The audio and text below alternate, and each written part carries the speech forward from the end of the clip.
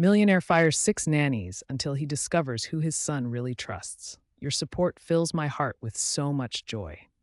Before we begin today's beautiful story, please hit subscribe. It helps us grow this amazing community together. Here's my promise. I personally reply to every single comment because I genuinely love connecting with you. Tell me where in the world you're watching from right now. I can't wait to hear from you. Now, let's dive into this extraordinary tale.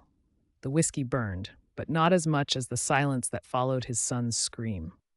Marcus Blackwell stood in the doorway of the playroom, his Italian leather shoes clicking against marble floors that had cost more than most people's homes, watching as his 6-year-old son trembled in the corner like a wounded animal.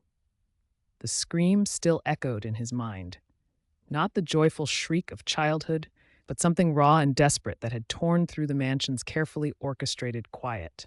Jason pressed his small palms against his ears, his Spider-Man pajamas wrinkled from where he'd collapsed against the wall. The nanny, what was her name? Rebecca? Rachel? Stood frozen by the towering windows, her face drained of color. Marcus felt his blood turn to ice, then fire. Jason, his voice cut through the room like a blade. What happened? The boy's response was wordless. Just a shaking finger pointed toward the woman who had been in their home for exactly 14 days. 14 days too many. Marcus's hand found the intercom without conscious thought. Security, now. Mr. Blackwell, I can explain. Get out of my house. The words came out flat, final. 2 guards materialized as if summoned by his rage itself. This was the 6th nanny in 8 months. 6 women who had left in tears, swearing they'd done nothing wrong. 6 failures that Marcus had attributed to incompetence, to his impossibly high standards, to anything but the truth that was beginning to crawl up his spine like ice water. But as the guards escorted the stammering woman away, Jason's eyes shifted. Not to Marcus, not to the floor, but toward the doorway where Maria stood in her simple gray uniform, watching with the careful stillness of someone who had seen this scene play out too many times before. Maria. 3 years she'd been in this house. 3 years of quiet efficiency, of appearing and disappearing like smoke, of somehow always being exactly where she needed to be. And now Jason was looking at her the way a drowning man looks at shore. Something in Marcus's chest shifted, a tectonic movement he didn't understand. The boy's breathing slowed only when Maria stepped into the room. She didn't speak, didn't offer empty reassurances or nervous chatter. She simply crouched to Jason's level, her dark eyes meeting his, and gave the smallest nod. Jason's fists unclenched. The trembling stopped. Marcus noticed excluded him completely. Trust. When was the last time his son had looked at him like that? When was the last time anyone had? The next morning arrived with the mechanical precision that governed Marcus's life, but something was different. He found himself drawn to the kitchen, standing unseen in the doorway like a ghost in his own home. Maria hummed softly as she worked, an old tune that seemed to make the sterile space feel warm. Jason sat on the counter beside her, his legs swinging, actually smiling as she handed him a plate of eggs and toast. Marcus remembered dinner the night before. Jason picking at his food, eating maybe 3 bites before asking to be excused. Now the boy was devouring breakfast like he hadn't eaten in days, and when Maria wiped his mouth gently, he giggled. A real giggle, the kind that started in his belly and bubbled up like champagne. Marcus hadn't heard that sound in months.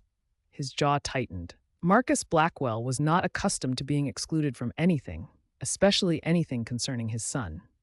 If Maria was hiding something, he would find out. He always did. The day crawled by with excruciating slowness. Marcus canceled 2 board meetings, claiming he needed to work from home, but his attention kept drifting to the security monitors scattered throughout his office. Every screen told the same story. Jason following Maria through the house like a shadow, comfortable and relaxed in a way that made Marcus's chest ache. Jason, he finally called to his son that afternoon, stepping into the living room where the boy was arranging toy cars on the coffee table while Maria dusted nearby. His voice came out more sharp than he'd intended. The boy froze. Maria glanced over her shoulder, and Marcus caught something in her expression. Protective, wary. "Come here, son." Jason slid off the couch, took 1 step toward his father, then stopped. He turned back toward Maria, clutching a red toy car like a talisman. She gave him an encouraging nod, but still he hesitated. I said, "Come here." The words came out harder than Marcus meant them to. This time Jason obeyed, but his eyes remained fixed on the floor, his small body radiating tension. Marcus crouched down, trying to make himself less imposing. What happened yesterday? Why did you scream? A shrug. Nothing more. Was it the nanny? Did she hurt you? Jason's lip trembled, but he might as well have been carved from stone. Maria stepped forward carefully. Sir, maybe he just needs some time. I'm his father. The words exploded out of Marcus louder than he'd intended, and Jason flinched, a small movement that hit Marcus harder than any corporate betrayal he'd ever endured. He stood quickly, running his hands through his hair. I don't like secrets in my house. If something happened, I need to know. I can't protect him if I don't know what's going on. Maria held his gaze steadily. Sometimes protecting him means letting him talk when he's ready. The words felt like a slap and a revelation all at once. That night, Marcus sat alone in the security room, reviewing footage from the day before. He watched every frame. The nanny reading to Jason, the boy growing restless, throwing the book to the floor, backing away as the woman stood and said something the cameras couldn't capture. Then the scream, sharp and desperate enough to cut glass. This makes no sense, he muttered to the empty room. The next day, he tried a different approach. Instead of summoning Jason to him like a supplicant, Marcus sat on the floor of the playroom while his son built with blocks. Can I help? He asked quietly. Jason didn't answer immediately, but after a long moment, he handed his father a blue block. They worked in silence, building something that might have been a castle or a fortress, or simply a tower tall enough to make a 6-year-old proud. She yelled. The words were so soft, Marcus almost missed them. His hands stilled on the blocks. Who? The nanny. Jason's voice was barely a whisper. What did she say? Jason bit his lip, glancing toward the doorway where Maria stood listening. She said I was bad, that Daddy wouldn't want me if I kept being bad. The words hit Marcus like a physical blow. The blocks scattered as his hands clenched into fists, rage coursing through him like lava. But when he spoke, his voice was steady, controlled. You are not bad. Do you understand me? You are never bad. Jason's eyes flicked to him uncertainly, then back to Maria. Maria, Marcus said without turning around, I want every person in this house questioned. If anyone, talks to my son like that again, they're gone. Maria nodded, but he caught something in her expression. Pride, maybe, and worry. That night, the house felt different, charged with electricity before a storm. Marcus couldn't shake the feeling that everything was about to change, though he didn't know how. The change came at 3 a.m, with the sound of a door slamming somewhere in the depths of the house. Marcus bolted upright, his heart hammering against his ribs. Down the hall, Jason's door stood open, his bed empty. Jason, his voice thundered through the mansion, raw and desperate. Maria appeared first, flashlight in hand, her face tight with fear. Security poured into the hallways like a flood, radios crackling with urgent communications. Search everywhere, Marcus commanded. Every room, every closet, the gardens, the garage. But Maria was already moving, her slippers slapping against hardwood as she raced toward the back of the house. She threw open the rear door, and cold night air rushed in, carrying the scent of rain and fear. Nothing. Jason, she called into the darkness, her voice soft and pleading. He wouldn't go outside, Marcus said, his breathing harsh. He's scared of the dark. Then they heard it, the soft click of a door closing somewhere deeper in the house. Their eyes met for a split second before they were running again, toward the servants' quarters at the far end of the mansion. Marcus's footsteps pounded against the floor, his pulse roaring in his ears, but Maria raised her hand as they reached the narrow hallway. Let me, she whispered. Every instinct screamed at Marcus to take control, to handle this himself, but something in her eyes made him nod. Maria knocked gently on the door. Jason, it's Maria. Silence. She crouched down, her voice warm and steady. It's okay. No one's mad. Can I come in? A pause, then the soft click of a lock turning. Maria opened the door slowly. Jason sat on the edge of the small bed in his rumpled Spider-Man pajamas, his feet dangling above the floor. His face was wet with tears, but he wasn't sobbing. He just looked exhausted. You scared everyone, you know? Maria said softly, settling beside him and brushing hair from his eyes. I didn't want to stay in my room, Jason whispered. I understand, but you have to tell me why.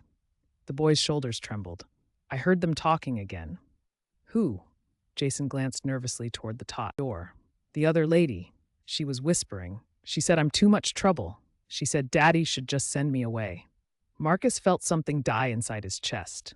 These women, these strangers he'd brought into his home, had made his son feel unwanted, disposable. You are not trouble, Maria said fiercely. Do you hear me? You're the best thing in this house. Jason's grip on her arm tightened. Maria looked toward the door and nodded. Marcus stepped inside, his tall frame filling the doorway. When he spoke, his voice was softer than Maria had ever heard it. Jason, no one will ever say that to you again. Not in this house. Not anywhere. The boy's lip trembled. Then, to Marcus's shock, Jason got off the bed, took one step toward his father, and darted straight into Maria's arms instead, burying his face against her chest. Marcus froze. Maria held the boy protectively, her eyes on Marcus, silently daring him to be angry. But Marcus didn't yell. He didn't rage or demand or threaten.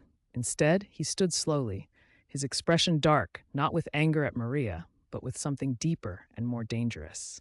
Everyone in this house is going to be questioned, he said quietly, and anyone who's ever made my son feel unsafe is gone by morning. By sunrise, the mansion was in chaos. Guards stood in every hallway as staff were herded one by one into the living room for questioning. Marcus stood by the fireplace like a general before battle, while Jason sat on the sofa next to Maria, clutching her hand. One by one, they were questioned. Some swore they'd never said anything inappropriate. Others stammered and avoided eye contact. Then one of the younger maids broke down crying. It wasn't me, she blurted, but I heard Miss Carter say something once. She said Jason was difficult. Jason's grip on Maria's hand tightened. Marcus's head snapped toward the blonde nanny who'd been with them the longest before Maria arrived. Miss Carter's face went pale. It was just a comment. Children can be. You're fired. Marcus's voice cut through her explanation like ice. Pack your things and get out of my house. Two guards stepped forward as the woman protested. Jason flinched at her raised voice, and Maria's hand moved to steady him on his back. Marcus noticed everything. When the last staff member was dismissed, Marcus turned to Maria. I don't understand why he trusts you, he admitted, his voice rough. But I can't ignore it anymore. Maria glanced at Jason, who was now playing with his toy car again. Maybe it's not about who he trusts. Maybe it's about who actually listens to him. The words hit their target with surgical precision. For the first time in weeks, Marcus sat down on the sofa beside his son. Jason looked up, surprised. Hey, buddy, Marcus said quietly. Can I see that car? Jason hesitated, then handed it over. Marcus rolled it gently across the coffee table and smiled faintly.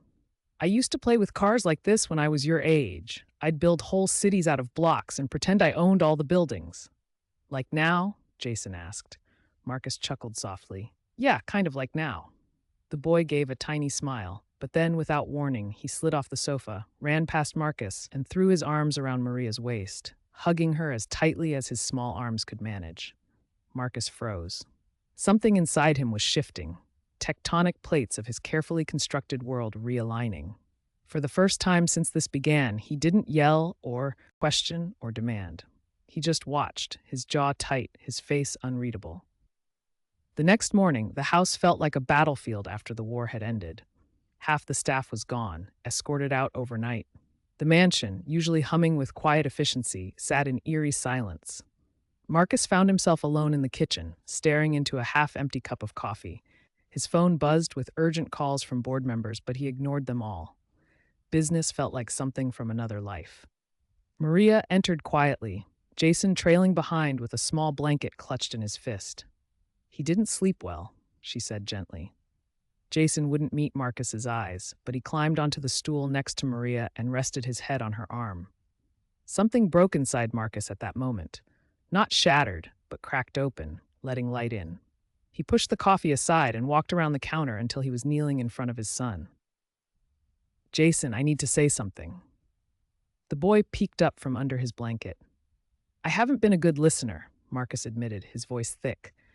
I thought if I kept hiring the best people, I could protect you. but I didn't see how unhappy you were. I didn't see what was really happening. Jason blinked, clutching his blanket tighter. I'm sorry. The words came out cracked and raw. I should have been here for you. Not just in the same house, but really here. I promise it's going to change. Jason stared at him for a long moment, then finally crawled off the stool. For a second, Marcus thought he was coming for a hug, but instead, Jason turned and ran straight into Maria's arms again. The rejection hit Marcus like a physical blow, but Maria's eyes found his over Jason's head. He's not shutting you out, she said gently. He just feels safe here.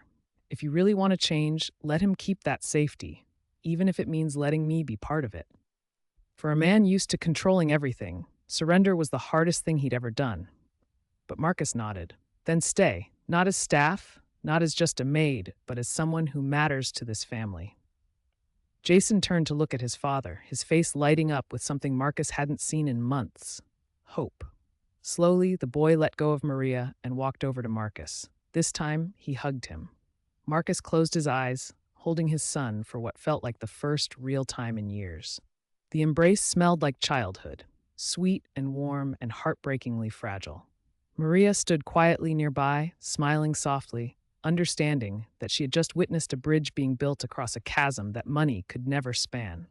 From that day forward, everything changed. Marcus became present, really present. He ate breakfast with Jason, helped build block towers that defied architectural logic, and most importantly, he listened when his son talked. Maria stayed on, not just as a maid, but as the steady presence who had brought father and son back together. And Jason, he laughed more, slept better, and never had to scream for help again. Marcus would later realize that it wasn't the nannies he had been firing all along. It was pieces of himself, bit by bit, until Jason's desperate run to the maid had brought his father running back to him. Sometimes the most precious things can't be bought. They can only be earned, one gentle moment at a time.